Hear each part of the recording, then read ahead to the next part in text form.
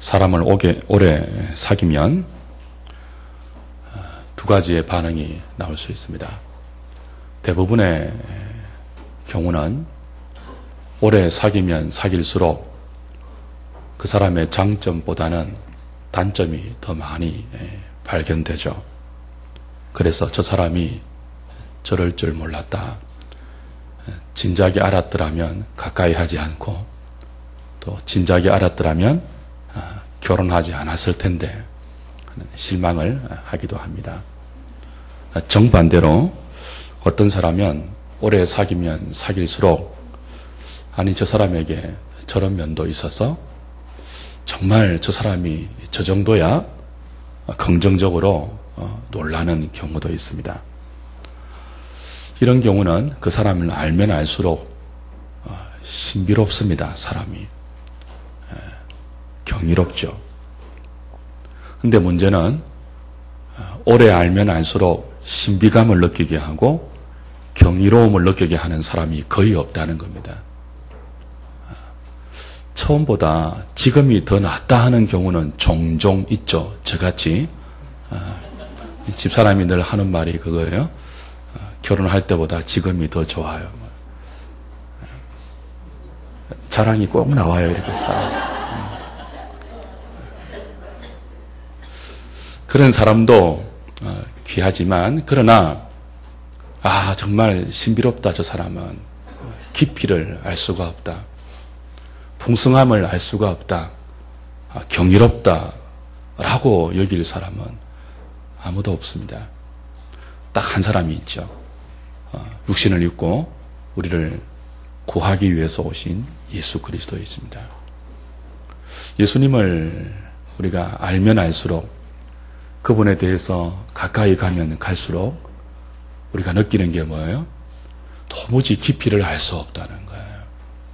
얼마나 넓고 얼마나 깊고 얼마나 높고 광대하신지 오늘 사도는 그 그리스도에 대해서 청량할 수 없는 풍성함을 가진 분이다. 그렇게 표현했습니다. 자신이 하나님의 은혜로 복음의 일꾼으로 부름받은 것은 바로 이 이방인들에게 그리스도의 청량할 수 없는 풍성함을 전하기 위해서다. 그렇게 말하죠. 신비로운 분, 경이로운 분, 그 무게와 깊이와 높이와 넓이, 영광의 광대함을 청량할 수 없을 정도로 풍성한 그리스도.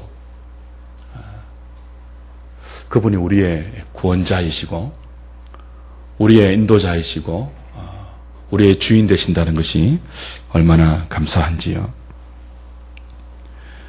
오늘 본문은 사도 바울이 그 청량할 수 없는 그리스도의 풍성을 복음이라는 통로를 통해서 전했을 때 이 땅에 생겨난 것이 하나 있다라고 말합니다. 그게 무엇입니까? 바로 교회입니다. 우리가 경험하고 우리가 보는 교회는, 지상의 교회는 문제가 참 많아요. 그래서 이게 교회야라고 회의를 느낄 순간도 많이 있는 것이 지상의 교회입니다. 오늘 사도가 우리에게 소개하는 교회는 그 문제투성이의 땅의 교회를 전혀 다른 시각으로 설명해요. 문제가 많지만 때로는 회의가 들고 떠나고 싶은 그런 공동체이지만, 그러나 고개를 조금 돌려서 다른 시각으로 보면 오히려 그 문제투성이의 지상의 교회가 연약함과 부족함과 모자람과 어리석음으로 점철되어 있는 것처럼 보이는 이 땅의 교회가 오히려 하나님의 각종 지혜가 드러나고 청량할 수 없는 그리스도의 풍성함이 담겨있는 그런 공동체라고 사도는 10절, 11절에서 이야기하고 있습니다. 교회는 뻔한 공동체가 아니에요. 10절에 보시면 이는 이제 교회로 말미암아 그랬죠. 교회로 말미암아 하늘에서 정사와 권세들에게 하나님의 무엇을요? 각종 지혜를 알게 하려 하십니다. 교회 안에 하나님의 각종 지혜가 담겨 있다는 뜻이에요. 그래서 교회는 우리가 볼 때는 참 보잘것없어 보여도 우리 눈으로 다 판단할 수 없는 뻔한 공동체가 아닙니다. 안 되는 것 같은데 되고요. 교회는 되는 것 같은데 안 되는 일이 비일비재합니다. 그래서 이 세상의 조직의 논리로 그리고 이 세상의 제도권의 공식적인 개념으로는 도무지 설명이 안 되는 공동체가 교회입니다. 분명히 안 되는 것처럼 보이는데 되고요. 분명히 되어야 하는데 안 돼요. 사람의 지혜로, 땅의 지혜로 볼 때는 청량할 수 없는, 도대체 이게 뭐야? 교회죠. 예측을 불허하는 놀라운 공동체입니다. 신비로운 하나님의 비밀이 담겨 있고요.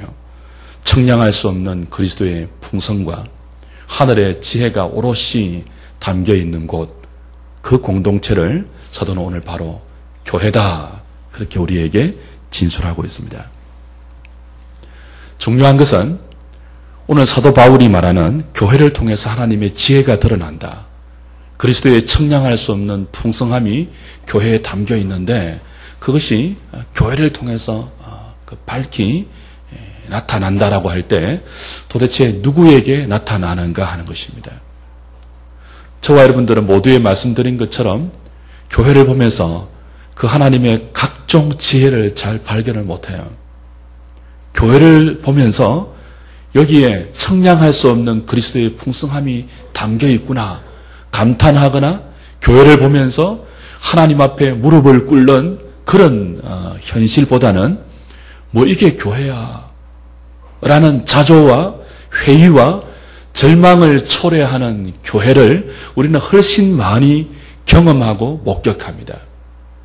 그러나 오늘 사도는 우리의 그런 현실과는 정반대의 너무 놀라운 진술을 우리에게 하고 있죠. 그게 뭐라고요? 교회에는 하나님의 각종 지혜가 담겨 있다는 거예요. 하나님은 당신의 각종 지혜를 교회를 통해서 밝히 드러내고 계신다는 거죠. 그런데 그 교회를 통해서 하나님의 각종 지혜를 드러내실 때 누구에게 가장 먼저 드러내신다고 해요? 우리 인간이 아니에요. 사람이 아니에요. 누구에게요? 오늘 본문에서는 하늘에 있는 10절에 하늘에 있는 누구요? 통치자들과 권세들에게 하나님의 각종 지혜를 교회를 통해서 알게 하려 하심이라. 그렇게 말합니다. 여기 통치자들과 권세들은 천사들이죠. 어떤 주석가들, 특별히 현대 신학자들은 10절에 나오는 통치자들과 권세를 천사들로 해석하지 않고 이 땅의 정부나 정치, 경제, 권력 구조를 의미한다고 해석하는 분들이 많아요. 근데 그건 사도 바울의 바울 서신 전체와 에베소서 전체의 문맥에서 본다면 하늘에 있는 통치자와 권세들을 천사로 보지 않고 인간 정부, 세속의 정치, 경제, 권력 구조를 말한다고 하는 해석은 받아들이기 힘듭니다. 특별히 10절에 분명히 나와 있는 게 뭐예요? 하늘에 있는 통치자들이에요. 이 땅에 있는 통치자가 아니고 이 땅에 있는 권세들이 아니고 하늘에 있는 통치자와 권세들이라고 분명히 말했기 때문에 바울이 지금 천사들을 의미한다고 보는 것이 전통적인 해석입니다. 그런데 이 하늘에 있는 통치자와 권세들을 천사들로 해석한다고 해도 두 가지 견해로 또 나누어요. 칼빈과 핸드릭슨, 또 존 스타트, 로이드 존스 목사님 같은 경우는 여기 천사들을 선한 천사로 봅니다. 그러니까 하나님께서 교회를 통해서 하나님의 각종 지혜를 알리는데 누구한테 알린다고요? 칼빈 같은 경우는 선한 천사들에게 알린다. 그렇게 보는 거죠. 근데 반대로 이것을 악한 천사로 보는 주석가들도 있습니다. 한국 교회의 대표적인 에베소서 전문가가 고려신학대학원의 김길성 교수님인데 그분이 여기 천사들을 악한 천사로 해석해요. 근데 저는 잘 모를 때는 안전한 기술을 택하는 것이 최고 좋습니다. 악한 천사, 선한 천사 둘 다 포함하는 견해가 무난하죠. 근데 주도적으로는 하나님께서 교회를 통해서 선한 천사들에게 하나님의 각종 지혜를 먼저 보이시고 또 부차적으로 악한 천사들에게도 교회를 통해서 하나님의 지혜를 보이신다고 보는 것이 가장 안전한 해석이 될 것 같습니다. 천사들이 왜 하나님께서 천사들에게 교회를 통해서 하나님의 각종 지혜를 보이실까요? 천사들이 궁금해하는 것이 있기 때문에 그래요. 베드로전서 1장 10절부터 12절까지 한번 보실까요? 베드로전서 1장 10절부터 12절까지 같이 읽어보겠습니다. 시작. 이 구원에 대하여는 너희에게 임할 은혜를 예언하던 선지자들이 연구하고 부지런히 살펴서 자기 속에 계신 그리스도의 영이 그 받으실 고난과 후에 받으실 영광을 미리 정언하여 누구를 또는 어떠한 때를 지시하시는지 상고하니라. 이 섬긴 바가 자기를 위한 것이 아니요 너희를 위한 것임이 계시로부터 알게 되었으니 이것은 하늘로부터 보내신 성령을 힘입어 복음을 전하는 자들로 이제 너희에게 알린 것이요 천사들도 살펴보기를 원하는 것이니라. 그렇죠? 구원에 관한 것, 복음에 관한 것을 하나님이 성령으로 자신의 일꾼들에게 사도들과 선지자들에게 알려주셨다고 해요. 그런데 이 복음에 관한 것, 구원에 관한 것은 그의 일꾼들에게만, 하나님의 일꾼들에게만 알려주신 것이 아니고 천사들도 살펴보기를 원하는 것이다. 그렇게 베드로 사도가 이야기를 해요. 천사들이 무엇을 살펴보기를 원한다고요? 구원에 관한 것, 복음에 관한 것입니다. 천사들도 살펴보기를 원한다 할 때 원어의 뜻은 조금 더 자세하게 되어 있죠. 천사들이 구부려서 보기를 원한다. 그런 뜻입니다. 구부려서 자세히 보기를 원한다. 큰 호기심을 가지고 구부려서 자세히 보기를 원한다고요. 누가요? 천사들이요. 무엇을요? 구원에 대해서, 복음에 대해서. 왜 그런가 하면 천사들은 하나님을 가장 가까이서 수종드는 존재들입니다. 그런데 하나님을 가까이서 섬기고 수종들 때 이들의 궁금한 점이 있어요. 뭐냐 하면 죄에 빠진 인간을 하나님이 어떻게 구원하시는가 하는 것입니다. 죄인들을 전부 다 구원하시면 하나님의 공의가 해를 입습니다. 그런데 죄인들을 다 심판만 하시면 하나님의 사랑이 무게가 떨어집니다. 그래서 천사들이 궁금한 거예요. 스스로 죄에 빠져서 타락하여 죄인이 된 인간을 하나님이 어떻게 당신의 대표적인 두 속성이죠? 사랑, 한편으로는 공의. 이 한쪽을 만족시키면 한쪽이 어그러져요. 한쪽을 만족시키면 한쪽이 약화되어요. 근데 하나님이 죄인을 구원하실 때 어떻게 이 두 가지 다 조금 더 손상을 입히지 아니하시고 두 가지 다 만족시키면서 죄인들을 구원할 수 있는가? 천사들의 머리로는 답이 없어요. 이 불가능하거든요. 공의도 만족시키고 사랑도 만족시키면서 죄에 빠진 인간을 구원하시는 것은 천사들의 아이디어와 천사들의 지혜와 천사들의 능력으로는 도무지 불가능해요. 그래서 하나님이 어떻게 하실까라고, 어떻게 한다고요? 자세히 살펴본다고요. 도대체 하나님이 어떻게 죄인을 구원하시는가? 살펴보고 있는데 하나님께서 구원의 경륜을 역사 가운데 펼치기 시작하시죠. 어떻게 펼치십니까? 아브라함을 부르는 거죠. 아브라함을 불러서 죄로 관영한 이 세상 가운데서 당신의 택한 백성을 만들어가요. 이삭을 낳고 야곱을 낳고 요셉을 낳습니다. 근데 왜 그렇게 하는지 천사들이 감을 못 잡아요. 아브라함을 불러서 뭐 하시려고? 저게 구원하고 무슨 상관이 있는가? 그랬는데 요셉이 팔려가잖아요. 또 어떻게 해서 요셉과 형제들이 만나서 눈물의 상봉을 하는가 싶은데 뭐예요? 그 가나안 땅에 기근이 와서 요셉을 비롯한 야곱의 12형제의 가족 모두가 애굽으로 피신을 가죠. 그리고 애굽에서 자그만치 430년 동안 노예 생활을 합니다. 천사들이 감을 못 잡아요. 왜 아브라함을 불렀는지. 지금 종로로 하잖아요. 아브라함을 불러서 요즘 우리 창세기 보잖아요. 땅과 자손의 약속을 주시잖아요. 땅과 자손. 땅과 자손, 하늘의 별처럼 수많은 자손을 약속하셨고, 그리고 뭐예요? 가나안 땅을 약속하셨어요. 그런데 천사들이 볼 때 가나안 땅이 아니고 애굽에 가서 몇 년 동안 있는 거예요? 430년 동안 있습니다. 도대체 하나님이 약속의 아들 아브라함을 불러서 뭘 하실런지, 이게 무슨 구원인지, 이게 타락한 죄인들의 구원과 무슨 상관이 있는지 감을 못 잡는 거죠. 그랬는데 모세를 부르십니다. 모세를 불러서 이제는 무슨 구원의 일을 드디어 시작하시는가 보다라고 천사들이 기대를 갖고 있을 때 어떻게 합니까? 모세는 살인을 하고 미디안 광야로 쫓겨가게 됩니다.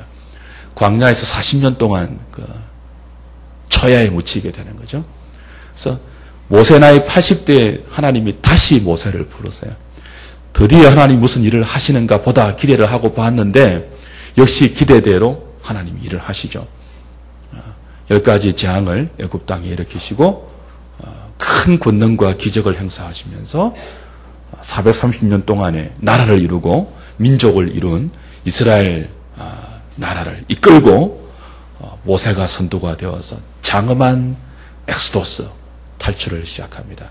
아, 이렇게 하시려고 그랬구나. 천사들이 감탄을 하겠죠. 근데 웬걸요? 조금 지나니까 뭐예요? 광야에서 다 죽어버려요, 이 사람들이. 감을 못 잡죠, 천사들이. 될 것 같았는데 뭐예요? 안 됩니다. 또 이제는 되겠지 했는데 뭐예요? 안 돼요. 그래서 이제 모세가 죽어요. 하나님 누구를 일으키신다고요? 여호수아를 일으키세요. 그리고 가나안 땅에 들여보냈어요, 드디어. 정말 이제는 되겠지라고 했는데 뭐예요? 사사시대에 가면은 밤낮 얻어터집니다. 이방 민족들에게, 이스라엘 민족이. 이렇게 하시려고 아브라함 불러서 이 민족을 430년 동안 애굽에서 키웠단 말인가? 밤낮 얻어터지게 하시려고요? 그랬더니 또 하나님이 누구를 이제 세우십니까? 다윗을 불러서 왕으로 세우시죠. 놀라운 힘을 허락하시고 이스라엘의 영광을 구현하게 하십니다. 아들 솔로몬을 통해서는요, 이스라엘을 통일시킵니다. 이제 정말 되겠구나. 여러분 아시죠? 됩니까? 안 됩니까? 안 되죠. 솔로몬이 죽고 나서 남북 이스라엘로 갈라지고 심한 우상 숭배에 빠지게 됩니다. 하나님의 백성들이. 그래서 결국은 북이스라엘은 아수르에 망하고 남유다는 바벨론에 망해요. 천사들이 볼 때 망하게 하시려고 아브라함 불러서 이스라엘을 만드신 거예요? 망하게 하시려고 율법을 주신 거예요? 그랬더니 뭐예요? 70년이 지나서 또 기적적으로 제2의 엑스도스, 바벨론에서 귀환하게 하시고 성전을 짓게 하시고 율법을 다시 중흥하게 하십니다. 이제는 정말 하나님이 하시겠지 라고 했는데 어떻게 됩니까? 이스라엘은 그리스의 알렉산더에게 패망하고 속국이 되고 로마의 속국이 되어서 오랜 고통을 당합니다. 될 듯 하다가 안 되는 게 뭐예요? 하나님이 하시는 일들이에요. 누가 볼 때요? 천사들이 볼 때. 그게 무슨 구원이냐는 거예요, 그게. 그러다가 이제 드디어 하나님 누구를 보내십니까? 그리스도를 보내십니다. 예수 그리스도를 보내세요. 이제는 정말 되겠지 천사들이 기대할 수 있겠죠. 수많은 사람을 보냈잖아요. 아브라함부터 시작해서. 그죠? 수많은 사람을 보냈잖아요. 될 듯 했는데 천사들이 볼 때는 안 되었단 말이에요. 마지막으로 이제 드디어 하나님이 당신의 아들을 보내시니까 이제는 보란 듯이 하나님의 구원이 이루어지겠지라고 기대하고 생각을 하는데 웬걸요? 하나님의 아들이 어디에 온다고요? 마구간에 온다고요. 마구간에. 천사들이 더 혼돈에 빠집니다. 이게 뭐야? 어떻게 하나님의 아들이 인간의 몸을 입고 오시는 것도 불가사의한 것이지만 마구간에 오신다고요. 왜 저렇게 하실까라고 또 구부려 살펴보는 거죠. 자세히 구부려 살펴보는 거죠. 뭘 하려고 저렇게 하시는가? 과연 그랬더니 마구간에 오시는 것 뭐 또 이유가 있겠지. 그랬더니 정말 이제 예수님이 오병이어의 기적을 행하시고 죽은 자를 살리시고 무리를 걸어가시고 각종 기적을 통하여서 하나님의 나라가 이 땅에 왔다 선포하시고 정말 이제는 되겠구나 천사들이 기대에 부풀어 있는데 웬걸요? 예수님이 어떻게 되십니까? 십자가로 가십니다. 가장 비참하게 죽어버립니다. 천사들이 이해를 못해요. 예수님이 십자가에서 구원자로 오셨는데 죽어버릴 때 악한 천사들은 난리가 났죠. 박수를 치고 하나님의 구원 계획이 이루어지지 않았다. 우리의 뜻대로 되었다. 하나님의 아들이 죽어버렸다. 죄인들을 구원하지 못하고 십자가에서 가장 비참하게 저주 속에서 죽어버렸다. 악한 천사들은 박수를 치고 선한 천사들은 감을 잡지 못하고 도대체 하나님이 왜 저렇게 하실까? 저게 무슨 구원이야? 그렇게 하고 있을 때 어떻게 하십니까? 사탄의 가장 강력한 무기인 사망의 권세를 사망 속으로 스스로 들어가셔서 하나님의 아들이 사망을 스스로 깨뜨리고 하나님이 주신 부활의 능력으로 일어나셔서 사망을 없이 하는 것입니다. 사망에 쏘는 것, 죄에 쏘는 것을 무장해제시켜버리고 십자가에 죽으시고 부활하신 그리스도를 믿는 모든 믿는 자를 당신의 자녀로 삼으시는 놀라운 구원을 이제 이 땅 가운데 교회를 통해서 펼쳐 가시는 것을 누가 보게 된다고요? 하늘에 있는 통치자들과 권세들, 곧 선한 천사와 악한 영들이 모두 보게 되면서 무엇을 발견한다고요? 교회를 통해서 사도 바울이 전하는 것처럼 청량할 수 없는 그리스도의 풍성이 담겨있는 이 복음이 이방인 가운데 혹은 유대인들에게 전파될 때 유대인이든 이방인이든 차별이 없이 함께 하나님의 상속자가 되어서 함께 하나님의 아들이 되어서 교회로 돌아오는 것. 그걸 보면서 그렇게 해서 유대인이 또 이방인이 하나가 되어 막힌 담이 허물어지면서 원수가 가족이 되어서 하나님을 한 아버지로 섬기는 이 교회를 보면서 하늘에 있는 악한 천사, 선한 천사들이 무엇을 발견합니까? 하나님의 각종 지혜를 발견하는 거예요.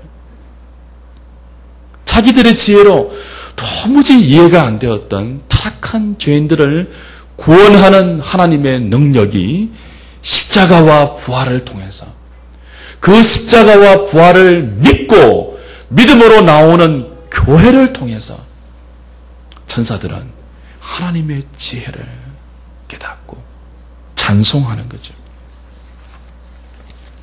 주 안에 사랑하는 여러분, 에베소 교회에 약한 성도들이 바울이 감옥에 갇힌 것을 잘 이해를 못했어요. 그래서 바울을 통해서 주어지는 이 신령한 메시지들, 하늘에 속한 모든 신령한 복을 너희들이 받았다. 바울의 입을 통해서, 바울의 손을 통해서 그들에게 쏟아 부어지고 있는 너무나 귀하고 복되고 신령하고 참으로 주옥 같은 메시지들을 바울이 감옥에 갇혀 있다는 자신들의 약한 믿음의 눈으로 볼 때 세상의 지혜로 세뇌된 인간의 그 공식적인 개념으로 볼 때 어떻게 능력 있는 하나님의 사도가 옥에 갇혀서 이런 말들을 할 수 있는가? 그래서 옥에 갇힌 바울의 처지 때문에 그를 통해서 쏟아 부어지고 있는 하나님의 진리가 방해될 것이 염려스러워서 지금 사도가 그들에게 말하는 게 뭐예요? 너희를 위해서 옥에 갇힌 나 바울이 말하는데 뭐예요? 하나님께서 너희들을 구원하신 것은 너희들이 지금 내가 옥에 갇힌 것을 이해하지 못하는 그 관점으로 보는 것처럼 그게 세상의 지혜란 말이에요. 그 인간의 지혜란 말이에요. 너희들이 구원받은 그 자체를 지금 내가 옥에 갇힌 것을 이해하지 못하는 세상의 관점으로 본다면 이해가 안 되는 뭐라고요? 하나님의 지혜라는 거예요. 그걸 알라는 거예요. 너희들이 교회를 이루고 유대인과 하나가 되어서 하나님의 친백성이 되어 하나님의 상속자가 되는 그것은 도무지 천사들도 이해하지 못했던 하나님의 지혜의 결과라는 거예요. 십자가를 보라. 십자가는 구원 얻은 자에게 하나님의 지혜고 하나님의 능력이지만 세상의 관점에서 볼 때는요, 가장 지혜로운 헬라의 철학으로 볼 때는요, 십자가는 너무나 어리석은 거예요. 표적을 구하는 유대인들에게는요, 십자가는 걸려 넘어지는 하나님의 저주의 상징이에요. 그런데 하나님은 그 표적을 구하는 유대의 능력과 세상의 지혜를 대변하는 헬라의 철학을 다 무너뜨리는 하나님의 지혜로 십자가를 통해서 죄인들을 구원하신다고요. 십자가를 통해서 하나님의 공의를 만족시키죠. 당신의 아들에게 심판을 다 쏟아부으시면서 공의를 만족시키고 십자가를 통해서 그 믿는 자를 구원하심으로 하나님의 사랑을 만족시켜요. 십자가는 하나님의 공의와 하나님의 사랑이 조금도 손상이 없이 완벽하게 맞아떨어지는 하나님의 지혜의 집합소이죠. 그 십자가를 통해서 인간이, 죄인이 구원받는 것은 하나님의 지혜의 결과입니다. 그 하나님의 지혜의 결과의 산물이 뭐라고요? 이방인과 유대인이 십자가를 통해서 하나님의 백성이 되어 있는 교회라는 거죠, 교회.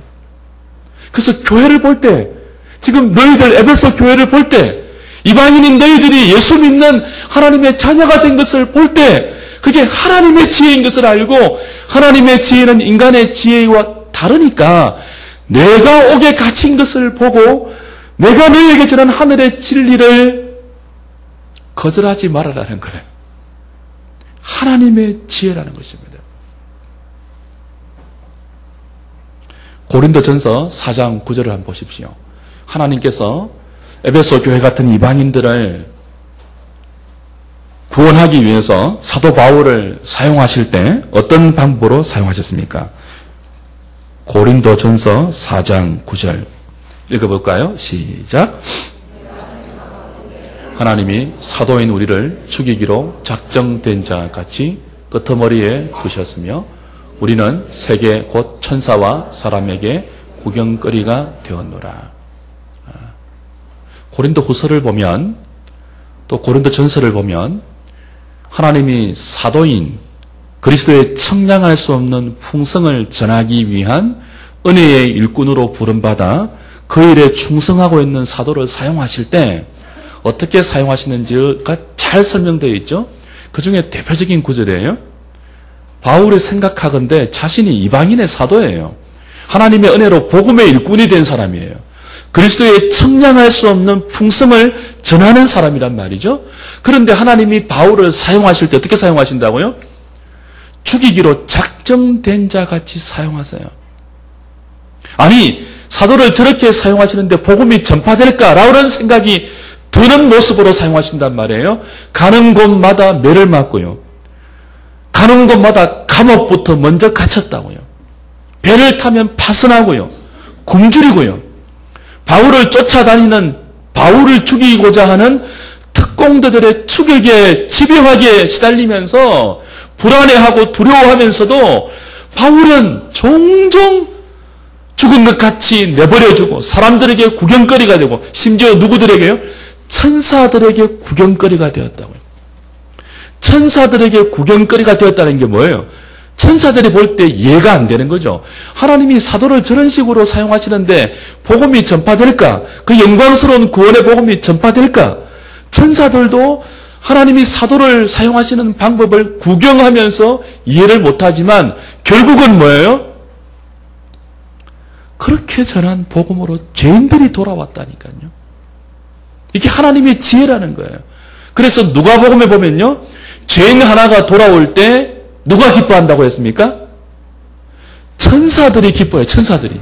누가복음 10장 보면요, 누가복음 15장 10절에 보면요, 죄인 하나가 돌아오면요, 하늘에서 하나님의 사자들이 기쁨이 된다 그랬습니다. 죄인 하나가 복음을 듣고 돌아오잖아요. 하늘에서 난리가 나요. 누가 난리가 난다고요? 천사들이 난리가 나요. 볼 때는 도무지 하나님이 이런 방식으로 저 사람을 부르는데 돌아오지 않을 것 같거든요. 마음이 조마조마하죠. 그런데 결국은 뭐라고요? 돌아오니까요. 돌아올 때 뭐라고? 난리가 나요. 박수를 치고 과연 하나님이십니다.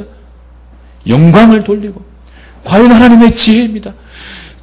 아마도 제 상상에 천사들이 죄인 하나가 돌아올 때마다 머리를 두드리면서 이 돌머리야라고 하면서 막 그러니까 네가 천사지라고 하면서 막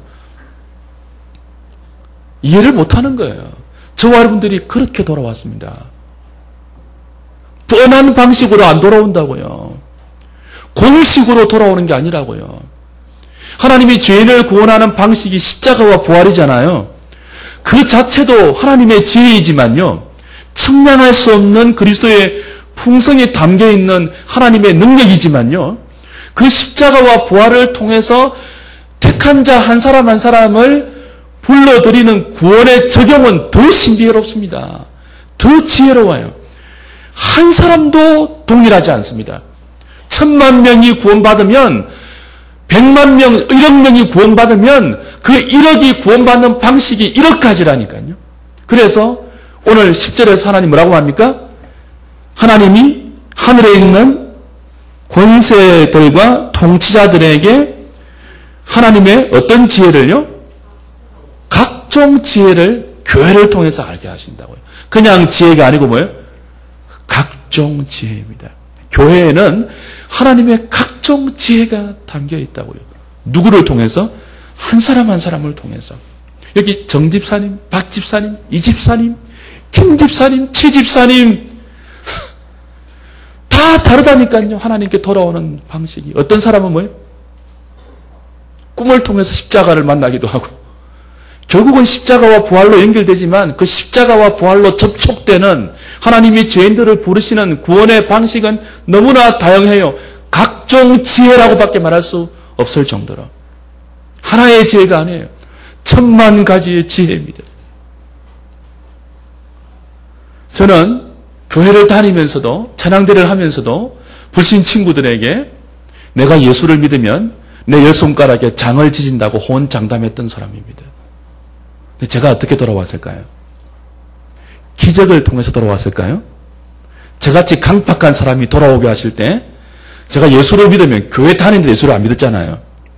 예수를 믿으면 뭐라고 했다고요? 내 열 손에 장을 지진다고 했다고요.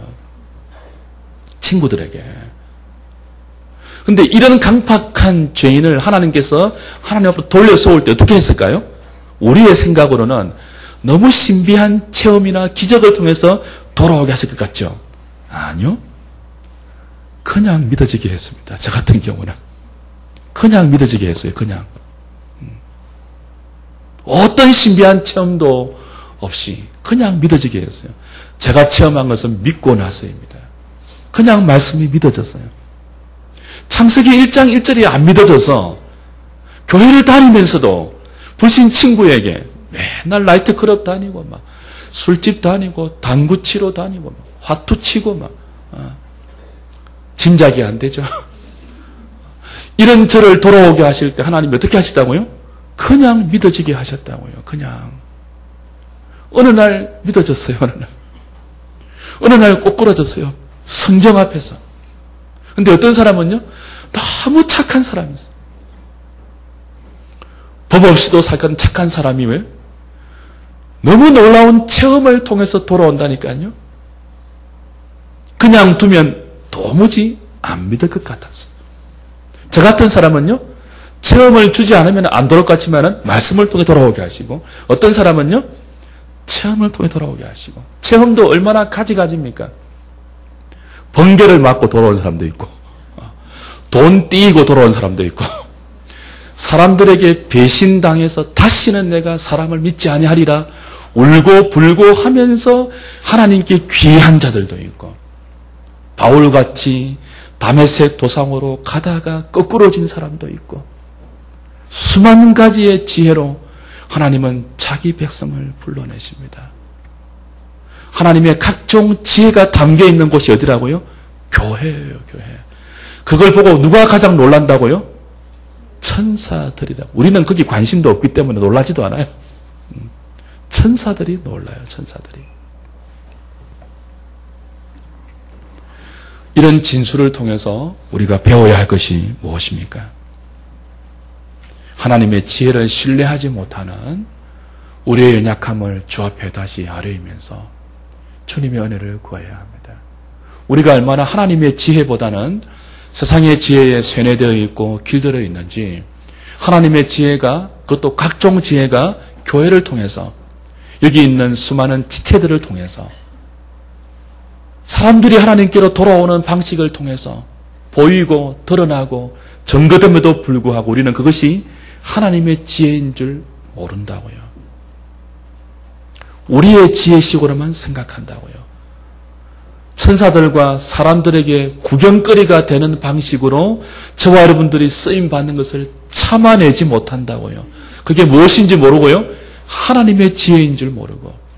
우리는 하나님의 지혜로 우리 인생이 하나님께 쓰임받는 것보다 우리의 자존심이 훨씬 중요한 사람이죠.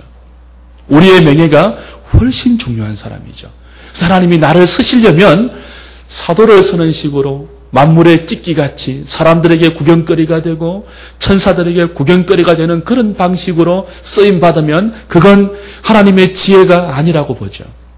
우리가 높임받고 인정받고 박수받고 승승장구하는 모습으로만 쓰임받아야 가슴을 치고 손을 치면서 과연 하나님이십니다 동의하지만, 그것이 아니고 바울이 설명하듯이 성경이 진술하듯이 하나님의 지혜가 그런 방식으로 우리 인생 가운데 적용되어 올 때 우리는 그것을 신뢰하지 못하는 연약한 인생들입니다.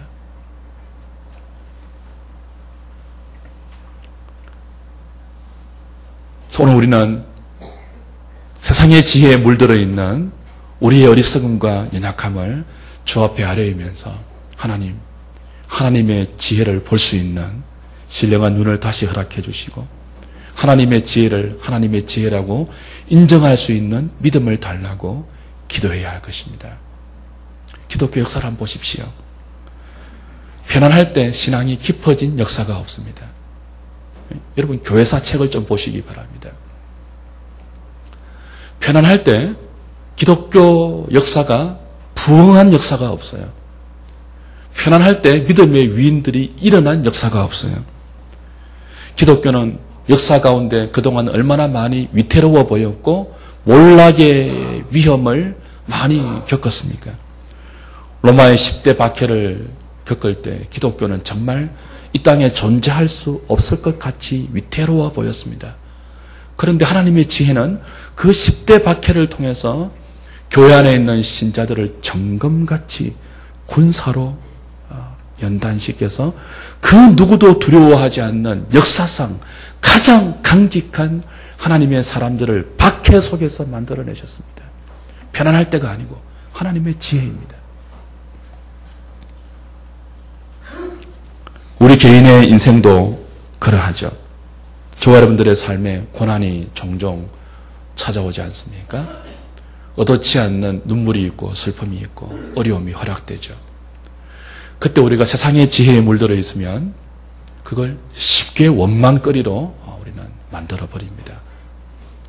하나님 왜 이러십니까? 내가 잘 되는 것을 하나님 보시지를 못하는 것입니까? 내가 잘 되면 하나님 더 잘 섬길 것인데 왜 그 꼴을 못 보십니까? 라고 생각할 수 있지만, 그러나 성도의 삶에 우연은 없어요.